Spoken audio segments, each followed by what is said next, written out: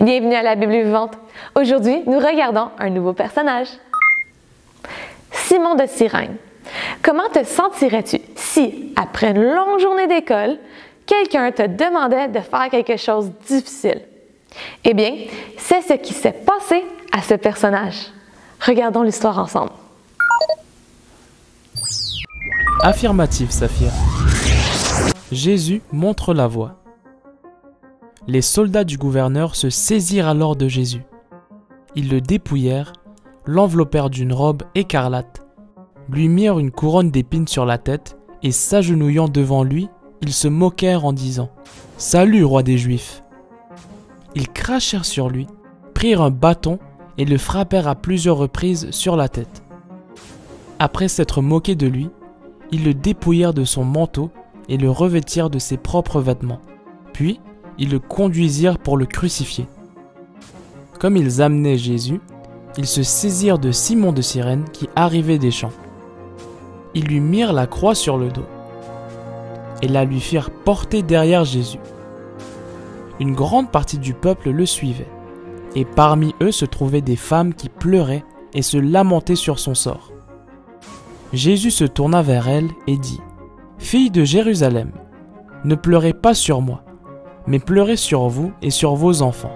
Car voici, des jours viendront où l'on dira « Heureuses les stériles, heureuses les entrailles qui n'ont point enfanté et les mamelles qui n'ont point allaité. » Deux malfaiteurs furent également emmenés pour être exécutés avec Jésus.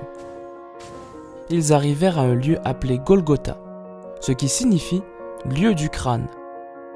Chico, terminé.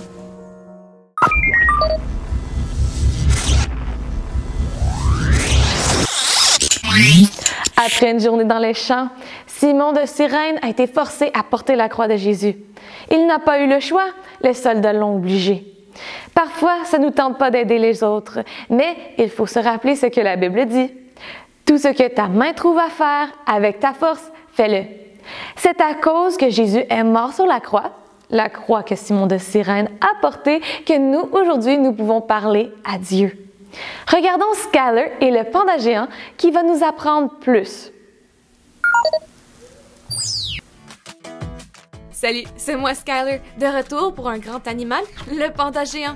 Ces ours sont en fait en voie de disparition. Il n'en reste qu'un millier dans la nature. On ne les trouve que dans les montagnes de la Chine centrale. À l'âge adulte, ils sont reconnus par leur couleur noir et blanc et peuvent mesurer environ 1,5 m de long. Mais, à la naissance, ils sont sans fourrure, roses et mesurent environ 15 cm. C'est comme passer de la taille d'un crayon rose à un manche de serpillière commercial noir et blanc. Les bébés sont aveugles et ne peuvent ouvrir les yeux qu'entre 6 et 8 semaines plus tard. La mère prend grand soin de son bébé panda en s'assurant qu'il est près d'elle pendant le premier mois de sa vie. En une journée, les pandas mangent et dorment principalement. Ils peuvent passer 10 à 16 heures à manger. Leur principale source de nourriture est le bambou. Ces adorables animaux ont quelques difficultés car leur population est en baisse. Il y a plusieurs raisons à cela. Premièrement, il y a une perte de forêt qui n'aide pas les pandas à obtenir le bambou dont ils ont besoin pour survivre. Deuxièmement, le bambou est en diminution. Cela signifie qu'il y a moins de bambou qu'auparavant.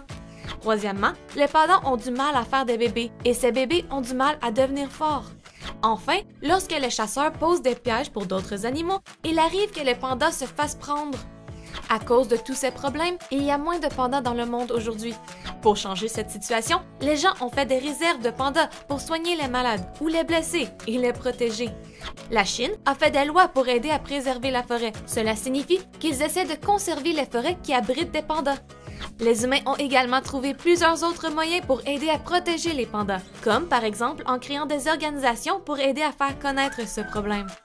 Connais-tu d'autres animaux qui ont besoin d'être sauvés? Savais-tu que les humains ont également besoin d'être secourus? Savais-tu que Dieu a prévu un sauveteur?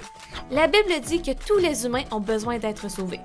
Sauvés de quoi, me diras-tu? Sauvés du péché.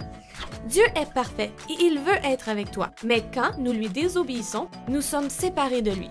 Heureusement, la Bible dit « Car Dieu a tant aimé le monde qu'il a donné son Fils unique, afin que quiconque croit en lui ne périsse point, mais qu'il ait la vie éternelle. » Dieu nous aime tellement qu'il a envoyé Jésus pour enlever le péché. Lorsque Jésus est mort sur la croix, il nous a donné un moyen d'être pardonné. Tout ce que tu as à faire, c'est confesser ton péché, croire en Jésus et tu es sauvé. Donc, tout comme les pandas sont sauvés, tu es sauvé toi aussi. Dieu t'a sauvé.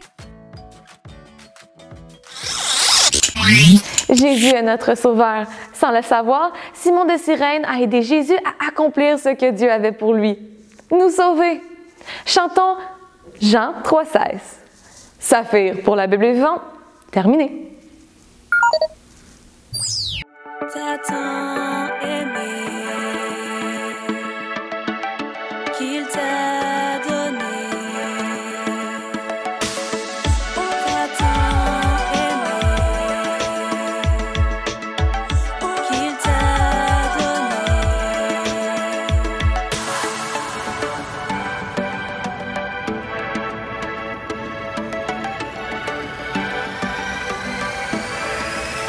Car Dieu